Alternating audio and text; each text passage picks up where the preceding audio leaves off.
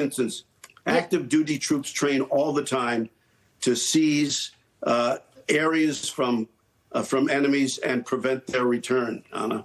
Yeah, John, I mean, I keep thinking about how the president didn't even mobilize the National Guard on January 6th as the Capitol was under attack. And we were seeing law enforcement getting beaten by some of the people in that crowd. And now he thinks this is the time to mobilize the National Guard. What message is that sending to local law enforcement and the American people? I mean, Anna, I have lived in the Washington metropolitan area for my entire life, almost 50 years now. I've lived in the city for 20 years. The most violent moment in my life in Washington, D.C., the greatest cause of a threat, not only physical threat, but bigger threat to the country and certainly to law enforcement officers, was January 6, 2021, when Donald Trump's supporters, his allies, some people who currently work for him, charged into the Capitol, beat cops, screamed profanities at them, yelled, "Kill the cops," said they wanted to hang the vice president of the United States. And Donald Trump's response to that here in the nation's capital, at the Capitol building, was to pardon everyone who was involved and in some cases rehire them into his government. So watching this play out in the White House briefing room without any mention of the violent crime that was committed on his behalf in Washington, D.C. is a little unusual. I do want to say one thing about what Attorney General Bondi said, because we see a lot of big promises. She said today, quote, "Crime in D.C. is ending and ending today." And I think we should keep an eye on that as time goes on. The last crime in Washington, D.C. having been committed right now. And just one other thing with the perspective of having been a Washingtonian for all of my life.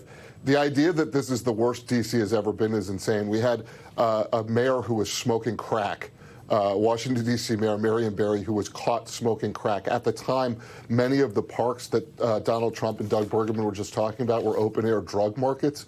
And when you had homicide rates that were much higher in the 1980s than they are now, the Washington, D.C. is not 100% safe. It is a big city. There is a problem with carjacking. I saw one a block from my house last year.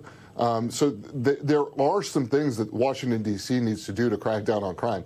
Whether or not, essentially a paramilitary takeover of the city is going to actually effectuate that, or is the best use of the resources of the federal government, the various agencies, FBI, ATF, DEA, Secret Service, whether that's the best use of their time is something I guess we'll have to see.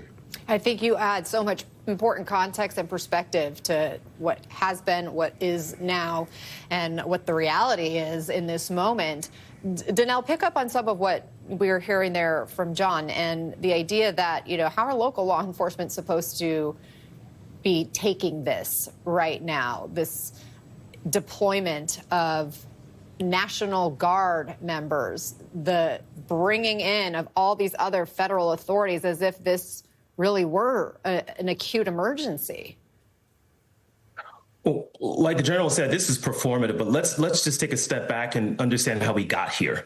We got here because some 19-year-old former DOJ employee who works now for the federal government was nearly carjacked.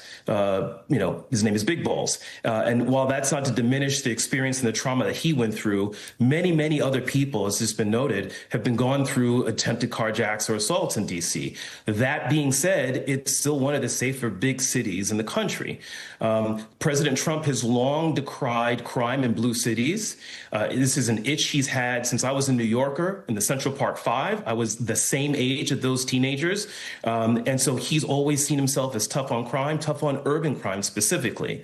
Back to your original question, the Metropolitan Police, as a former member of the Metropolitan Police, I will tell you, and I don't speak on behalf of the organization or the membership, many of my colleagues were not fans of Donald Trump, particularly after January 6th, where many of my colleagues suffered irreparable damage to the psychological and physical bodies out on that day, and Donald Trump did nothing for about 3 hours to help them.